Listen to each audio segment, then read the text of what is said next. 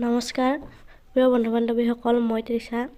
আপোনালোক সকলোকে মই মোৰ অন্য এটি ভিডিঅ'লৈ আপোনালোক সকলোকে স্বাগতম জনাইছোঁ। বন্ধু বান্ধৱীসকল, যোৱা পৰহি ৰাতি মোৰ ছেকেণ্ড চেনেলটোত মই এটা অসম পুলিচৰ ওপৰত ভিডিঅ' আগবঢ়াইছিলোঁ আৰু সেই ভিডিঅ'টোত বহুতে কমেণ্ট কৰিছে যে যিসকল আমাৰ ইউটিউবাৰ ৰেকিব দা, জিতুমণি, মণ্টু ডিফেন্স বা পৱন বৰদলৈ, এওঁলোকৰ কি হ'ল, যিহেতু আমাৰ 18 তাৰিখত অসম পুলিচৰ ৰিজাল্টছৰ ওপৰত প্ৰতিবাদ হৈ গ'ল আৰু তাৰ পিছৰ পৰাই ৰেকিব আফ্ৰিদি, মণ্টু বা জিতুমণি, পৱন বৰদলৈহঁতে কোনো ধৰণৰ ভিডিঅ' এতিয়ালৈকে আপলোড কৰা নাই বা তেওঁলোকৰ কোনো ধৰণৰ খবৰ নাই। চ' বহুতে কমেণ্ট কৰি আছে কি হ'ল তেওঁলোকৰ।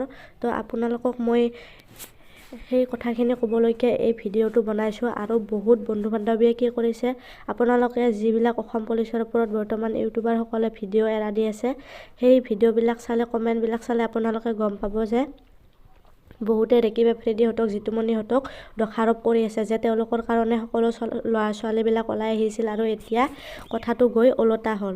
চ' আপোনালোকক মই অনুৰোধ কৰিছোঁ তেওঁলোকক দোষাৰোপ নকৰিব, কাৰণ তেওঁলোকে যিহেতু আমাৰ বাবে এতিয়া তেওঁলোক ওলাই আহিছিল, তেওঁলোকৰ বাবে আমি ওলাই যোৱা নাছিলোঁ, আমাৰ বাবেহে তেওঁলোকে ওলাই আহিছিল আৰু এতিয়া তেওঁলোকে আৰক্ষীৰ জিম্মাত আছে। চ' বহুত দুখৰ কথা এইটো। পৱন বৰদলৈ, জিতুমণি আৰু ৰেকিব আফ্ৰিদি এৰেষ্ট হৈছে, আপোনালোকক মই জনাই দিছোঁ। তেওঁলোক বৰ্তমান 4 দিনৰ বাবে তেওঁলোকক জিম্মাত ৰাখিছে। তেওঁলোকৰ ওপৰত গোচৰ ৰুজু হৈছে, যিহেতু তেওঁলোক অসমৰ ভিতৰতে এটা নাম থকা ইউটিউবাৰ আছিলে আৰু যিহেতু তেওঁলোকৰ ভিডিঅ'ৰ থ্ৰুইদি বা তেওঁলোকে জনাইছিল, ডেটবিলাক ফিক্স কৰিছিল, তেওঁলোকৰ থ্ৰুইদি যিহেতু ল'ৰা ছোৱালীখিনি ওলাই আহিছিল, সেইটো কাৰণে হয়তো তেওঁলোকক এৰেষ্ট কৰা হৈছে।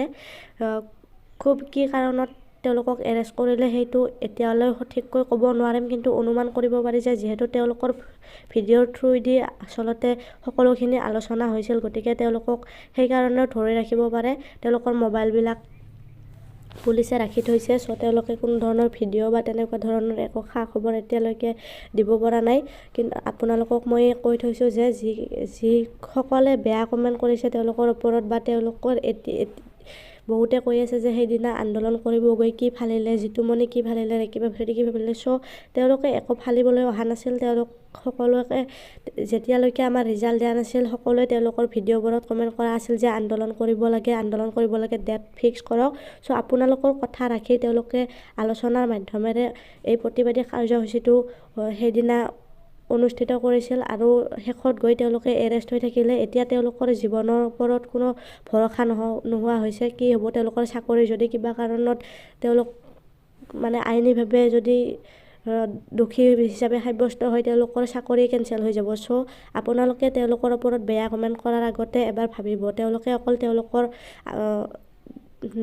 তেওঁলোকৰ অধিকাৰৰ কাৰণে অহা নাছিলে, আমাৰ সকলোৰে কাৰণে। আমি সকলোৱে যিহেতু তেওঁলোকক কৈ আছিলোঁ, সেইকাৰণে তেওঁলোকে আহিছিলে। আৰু আপোনালোকক কৈ থওঁ, যিজন মণ্টু ডিফেন্স অসম নামৰ এটা ইউটিউব চেনেল আছে, মণ্টু তেওঁ এৰেষ্টেড হোৱা নাই। অকল আমাৰ ইউটিউবাৰৰ ভিতৰত জিতুমণি, পৱন বৰদলৈ আৰু ৰেকিব আফ্ৰিদি বৰ্তমান এৰেষ্ট হৈ আছে। চ' আপোনালোকে ভাবক তেওঁলোকক কেনেদৰে আমি উলিয়াই আনিব পাৰোঁ, কেনেদৰে তেওঁলোকক দোষমুক্ত কৰি উলিয়াই আনিব পাৰোঁ। তেওঁলোকৰ যিহেতু বহুতৰে ৰিটেন এক্সাম ভাল হৈছে বা তেওঁলোক 3জনৰে ৰিটেন এক্সাম ভাল হৈ আছে, তেওঁলোকৰ চাকৰি ফিক্স বুলি ক'ব পাৰি। গতিকে তেওঁলোকৰ যাতে জীৱনত তেনেকুৱা এটা দিন নাহক যে কিবা সকলোৰে কাৰণে ওলাই আহি যাতে তেওঁলোকে তেওঁলোকৰ সপোনবিলাক মাৰ খাই নাযায়, তাৰ বাবে চিন্তা কৰক আপোনালোকে। বেয়া কমেণ্ট কৰাৰ আগতে ভালটো ভাবক, নিগেটিভটো এনেকৈ ভবাটো উচিত কথা নহয়। চ' ভিডিঅ'টোত এইখিনিয়ে আছিল। আপোনালোকক মই কৈ থলোঁ, আপোনালোকে কেতিয়াও বেয়া কমেণ্ট নকৰিব। চ' এনেকুৱা ধৰণৰ ভিডিঅ'বোৰ পাই থাকিবলৈ আপোনালোকে চেনেলটো ছাবস্ক্ৰাইব কৰি ৰাখিব, লগতে ভিডিঅ'টো শ্বেয়াৰ কৰি দিব। ধন্যবাদ।